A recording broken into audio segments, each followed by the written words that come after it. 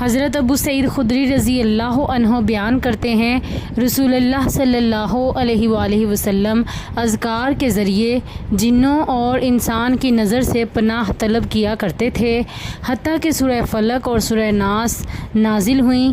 جب وہ نازل ہوئیں تو آپ نے انہیں لے لیا اور جو ان دونوں کے علاوہ تھا اسے ترک کر دیا۔ مشکوٰۃ المصابیح حدیث نمبر 4563۔ حضرت عائشہ رضی اللہ عنہ بیان کرتی ہیں، رسول اللہ صلی اللہ علیہ وآلہ وسلم نے مجھے فرمایا، کیا تم میں مغربون دیکھے گے؟ میں نے عرض کیا، مغربون کیا ہیں؟ آپ صلی اللہ علیہ وآلہ وسلم نے فرمایا، وہ لوگ جو اللہ کا ذکر نہیں کرتے، ان میں جن شیطان شریک ہو جاتا ہے۔ مشکوٰۃ المصابیح حدیث نمبر 4564۔ حضرت ابو ہریرہ رضی اللہ عنہ بیان کرتے ہیں، رسول اللہ صلی اللہ علیہ وآلہ وسلم نے فرمایا، معدہ بدن کا حوض ہے، جبکہ رگیں ہر طرف سے اس کی طرف آتی ہیں۔